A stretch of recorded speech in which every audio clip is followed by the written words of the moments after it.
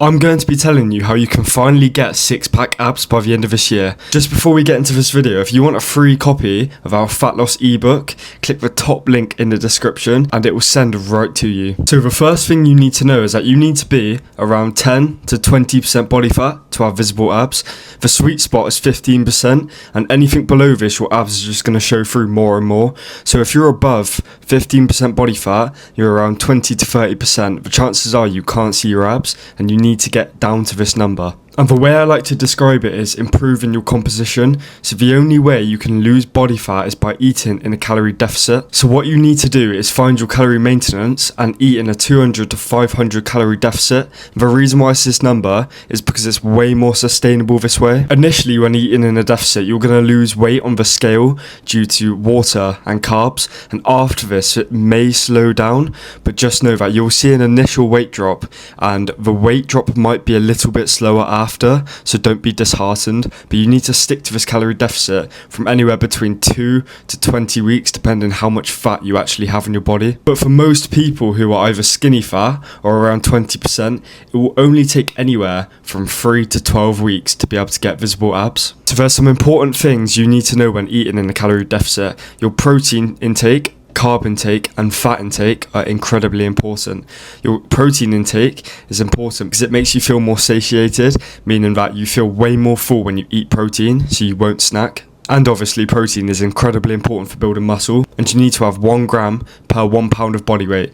So let's just say I was 140 pounds, I'd eat 140 grams of protein. Next is carbs, and a lot of people cut out carbs when they try and lose fat, which you shouldn't do. In my opinion, that is one of the worst and stupidest things you could do, because carbs fuel your workout and carbs replenish your glycogen stores in your muscles after your workout, meaning that you'll recover faster.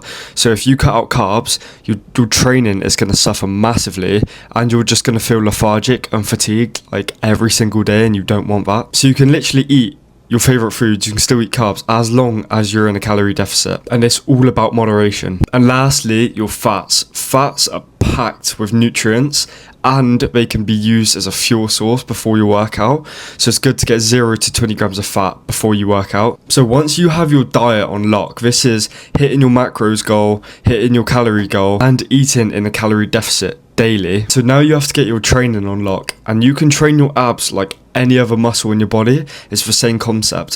What you need to know though is that there's no magic exercise to burn body fat or belly fat.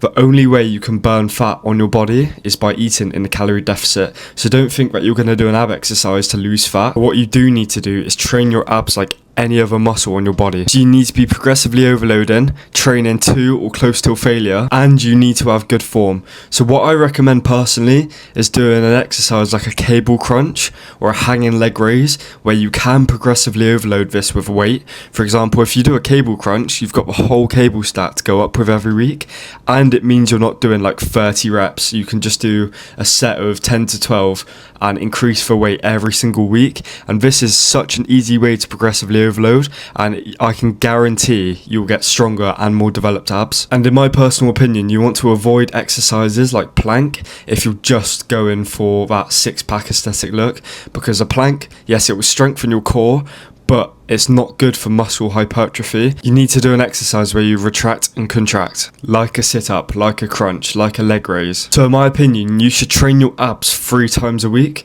with 24 to 48 hours of rest in between training them. So if you mix these two things, you'll get abs within the next 12 weeks. If you're obviously a very high percentage of body fat, then it may take longer, but it's literally not rocket science. A lot of information is fake on the internet, especially Facebook and YouTube, saying that there's certain foods you can eat to burn fat, there's certain exercises you can do to burn belly fat.